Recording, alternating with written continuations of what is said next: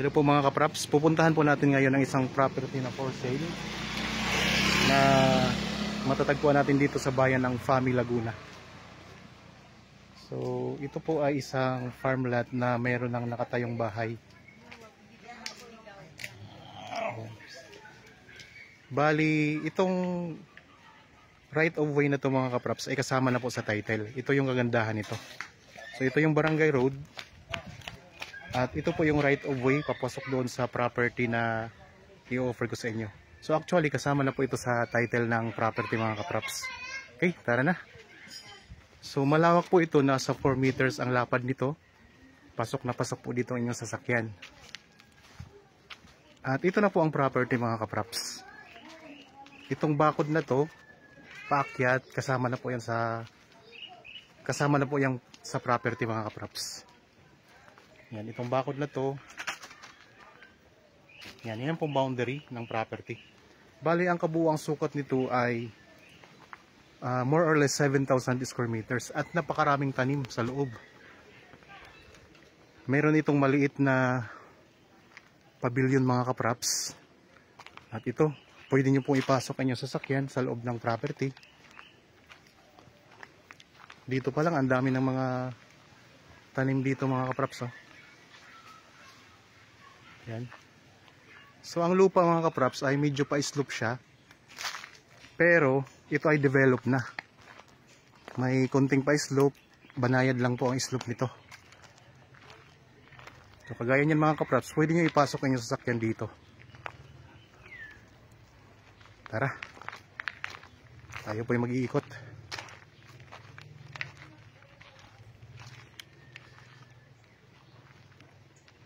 Dito merong mga bakod na. So napapalibutan na siya ng mga halaman. At may bakod na po na yero mga kapraps. So napakaraming mga tanim dito. Libutin natin ito mga kapraps para makita nyo.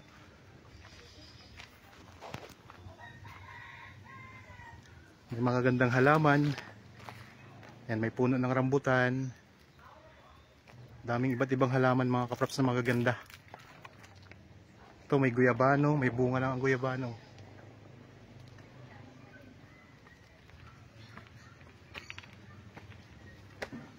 Akyat tayo. Ito naman yung bahay ng caretaker mga kapraps.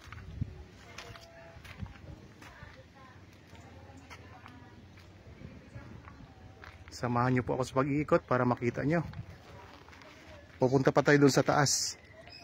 Ito yung kasamang bahay mga kapraps. Oh.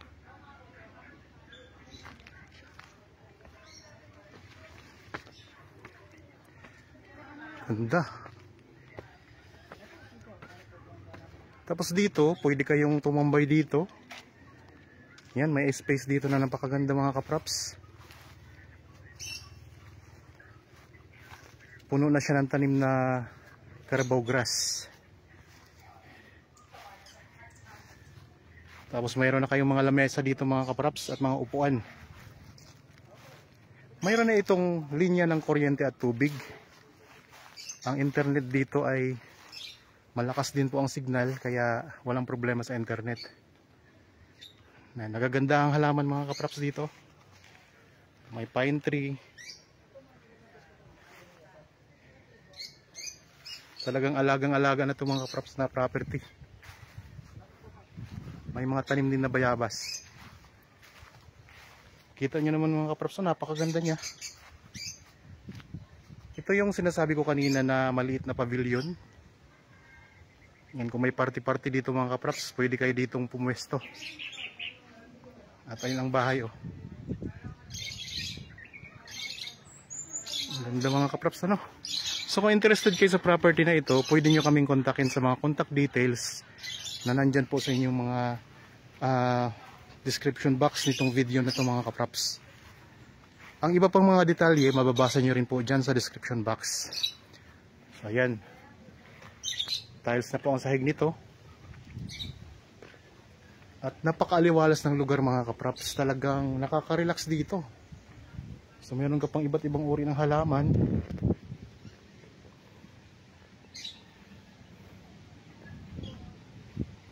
So ano siya, pasok na pasok yung sasakyan dito sa mga kaprap sa loob. Mamaya pupunta tayo doon sa taas. Tapos makikita natin ang ganda doon.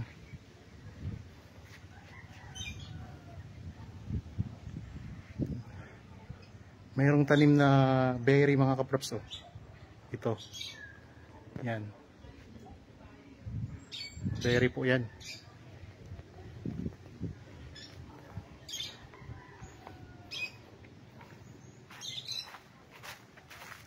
So ikot mo lang natin to para makita nyo.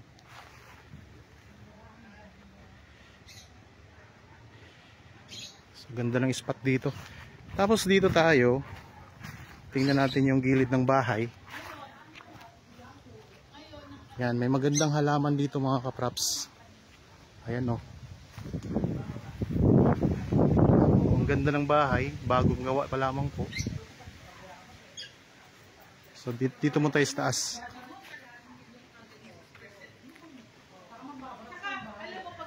Yan, diretso tayo dito sa taas naman mga kapraps.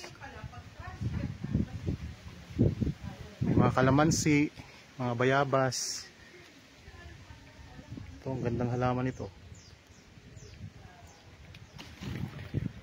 Tapos dito may space pa na sementado.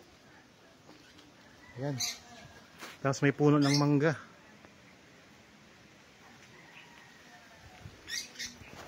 Kung gusto niyo naman po malaman ang presyo, nandyan lang po sa description box at sa title nitong video. Para sa actual viewing, pwede nyo kaming kontakin sa mga number na nandyan po sa description box. Mayroon tayong cellphone number, Viber, mayroon tayong Facebook account. Ito yung halaman na mahal ito nung panahon ng pandemic mga kapraps. At marami yan dito. Meron na kayong mga solar mga kapraps na ilaw. Ito berry. Marami siyang tanim na berry mga kapraps. So tapos meron pa siyang akyatan pataas. May hagdan pa tayo pataas. Tingnan natin kung anong makikita natin. Mayroong puno ng niyog. Ayan. Marami siyang puno ng niyog mga kapraps. Mga bagong tanim lamang. Tingnan natin doon sa taas kung gaano kaganda yung makikita natin o matatanaw natin ang overlooking views. Yan, may mga tanim na mga niyog dito na maliliit pa. Ayan o, puro maliliit pa rin mga kapraps. Tapos may puno ng lukban. Yan.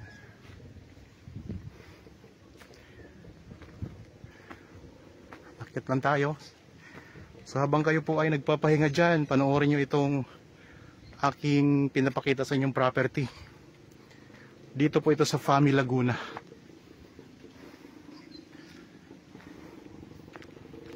Okay, wow, ganda dito mga kapraps. Overlooking views. Ayan. Ganda. The best. Tanggal pagod natin dito mga kapraps.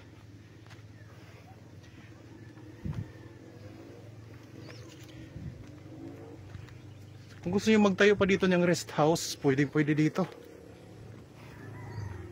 Sa itaas na bahagi ng property.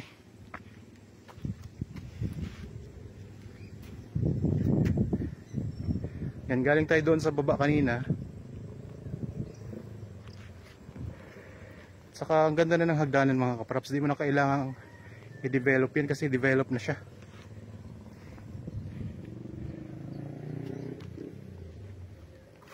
Dito sa taas, may mga tanim dito ng mga kalamansi.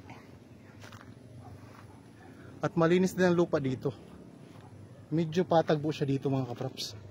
Kaya tulad ng nabanggit ko kanina, pwede kayo ditong maglagay ng rest house pa.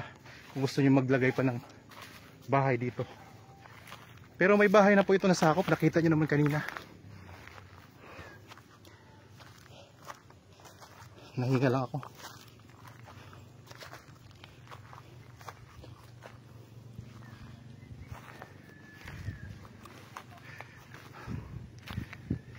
Ito. Dito na tayo sa pinakatuktok ng property. At ipapakita ko sa inyo kung gaano kaganda. Yan yung boundary mga kaprops. Yung may bakod.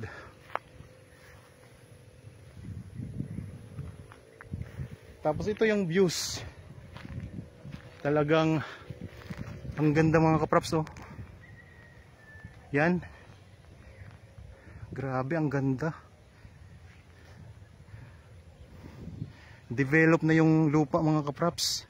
Kung gusto nyo pang mas i-develop pa, pwedeng naman. Pero ang ganda na talaga dito. Ayan oh. Tanaw pati natin dito ang Laguna de Bay. At yan mga mountain views mga kaprops. Amazing.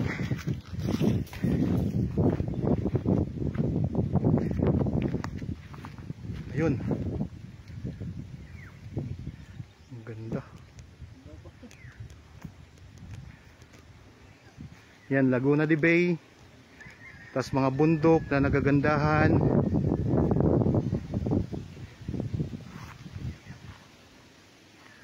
Tapos yung boundary nito.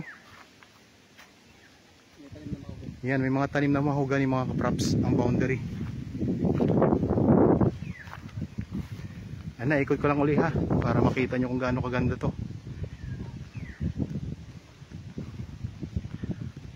Yan, mapapawaw ka talaga dito kapag nandito kayo.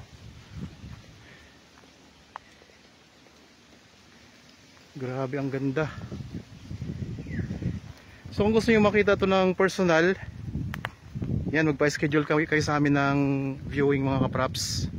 Actual viewing para talagang maniwala kayo sa aking sinasabi na napakaganda dito.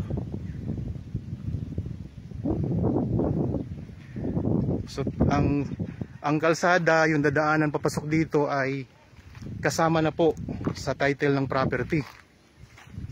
Ito ay titulado mga kaprops. Ang sukat ay more or less 7,000 square meters. Napakaganda, na develop na siya.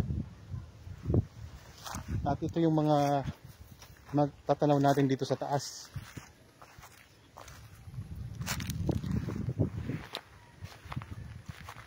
Yan ang mga boundary niya, yung mga may bakod na yan at may mga tanim na mahogany.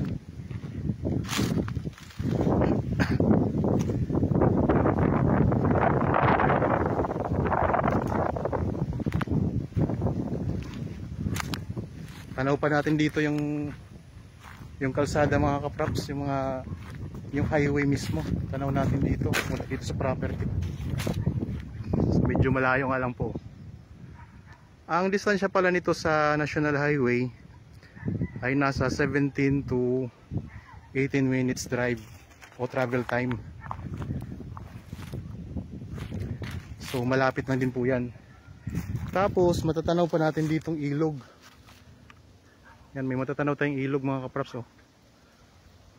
Ayan. Yan, ilog po yan. Ayan, ilog po yan mga kaprops. Yan. Ilog yan.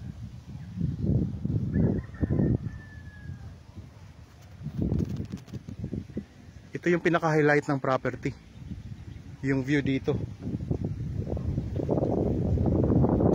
Kaya kung naghahanap kayo ng property na may mga overlooking views, the best ito para sa inyo mga kaprops. Banayad ang pagiging slope nya at meron ka ng hagdanan pataas na talagang maganda na. Wala ka nang ayos sa hagdanan. Ang ganda.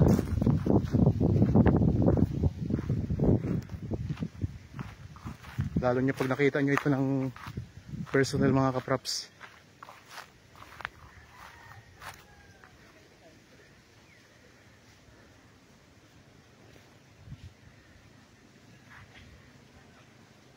So mamaya titingnan natin yung loob ng bahay para ipakita ko sa inyo. Ito, ang daming mga kalamansi dito.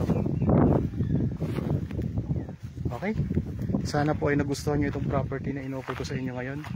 Para po sa mga bago pa lang sa aking channel at nabadaan lamang po dito sa aking channel, huwag niyo pong kalimutang mag-subscribe at pindutin na rin po ang notification bell para maging updated kayo sa mga bagong property na i-offer po namin. Maraming salamat po. Lagi tayong iingat at God bless po sa ating lahat mga kapraps.